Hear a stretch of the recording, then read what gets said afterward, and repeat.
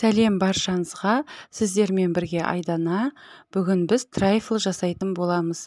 Менің каналыма тіркелуді ұмытпаңыз. Алдымен жұмыртқаға қантты салып, миксермен жақсылап тұрып араластырамыз. Жұмыртқа мен қант бірігіп, әппақ көбік болу қажет. Мінекей жұмыртқа мен қантты араластырдық. Енді біз осылай құрғақ ингредиенттерді, яғни ұнды, разрыхитель және какаоны осылай қолымызбен жақсылап тұрып араластырамыз. Одан кейін аз-аздан салып отырып миксермен жай жылдамдығынан бастап араластыратын боламыз. Ұнды бірден салып жіберуге болмайды. Егерде бірден салып жіберсеңіз, қамыр қатты қою болып, дұрыс шықпай қалу мүмкін. Сондықтан аз-аздан салып отыру қажет. Мінекей біздің сұйықтығымыз дайын болды. Осындай сұйық қамыр шығады. Енді оны противенге пергамент қағазын төсеп құятын боламыз. Мен 4 бұрышты противен қолдандым. Сіздер кез келгенін қолдансаңыздар болады. Дөңгелек формасында қолдануға болады. Енді қызып тұрған пеште 180 градуста 20 минут көлемінде пісіріп аламыз. Міне корж дайын болды. Енді оны суытып қоямыз. Кремді дайындайтын боламыз. Кремге творожный сыр мен қант ұнтағын жақсылап тұрып миксерлейміз. Одан кейін салқын сливкиді құямыз. Сливки міндетті түрде 33% болу қажет. Осылай жақсылап миксерлейміз. Креміміз дайын болды. Осындай қою болып шығады. Енді мына суыған коржымызды ыдысымызға орналастырып саламыз. Мен осындай шағын ыдыстарға жинадым трайфлды. Сіздер кез келген ыдыс қолдансаңыз болады. Міне корждарымыз жұп-жұмсақ болып пісіп шықты. Міндетті түрде коржды суығаннан кейін барып жинау қажет.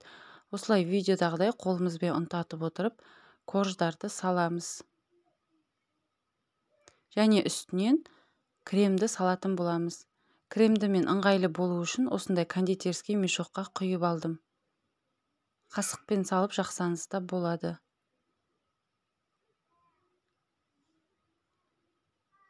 Мінекей осылай барлығын орналастырамыз.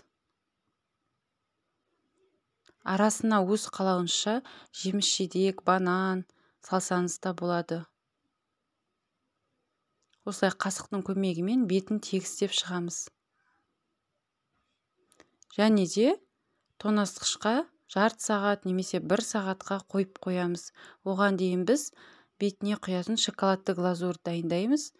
Ол үшін сливкидің үстіне шоколадымызды салып, баяу отта ерітетін боламыз.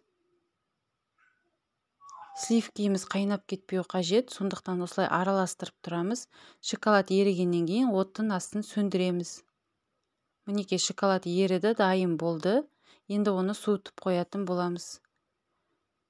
Трайфлдарымызды тоңазытқыштан шығардық. Шоколадымызды осылай бетіне құйып, тегістеп жағып шығамыз. Негізі трайфлды тоңазытқышта ұзақ уақыт ұстаған жақсы, 2 сағат, 3 сағат көлемінде, немесе морозильникке жарты сағатқа салып алған жақсы. Менде асығыс болғандықтан мен салған жоқпын. Сондықтан сіздерге холодильникке ұзақ уақытқа салуға кеңес беремін. Менде жаңағы корждардан қалған корждарды осындай үлкен 4 бұрышты ыдысқа жасап шықтым. Оның да үстінен бетінен шоколад құйып дайындадым. Және де трайфлды тоңазытқышқа 1 сағатқа қойып қоямыз. Бетіне кез келген өзіңіз қалауынша жеміс-жидек салсаңыз да болады. Мен миндальный слайс салдым. Мінекей біздің трайфлымыз дайын болды. Өте дәмді болып шығады. Балмұздаққа ұқсайды дәмі. Ауызға салғанда ериді. Сіздерге жасап көруге кеңес беремін. Және де менің каналыма тіркеліп, комментарий жазуды ұмытпаңыз.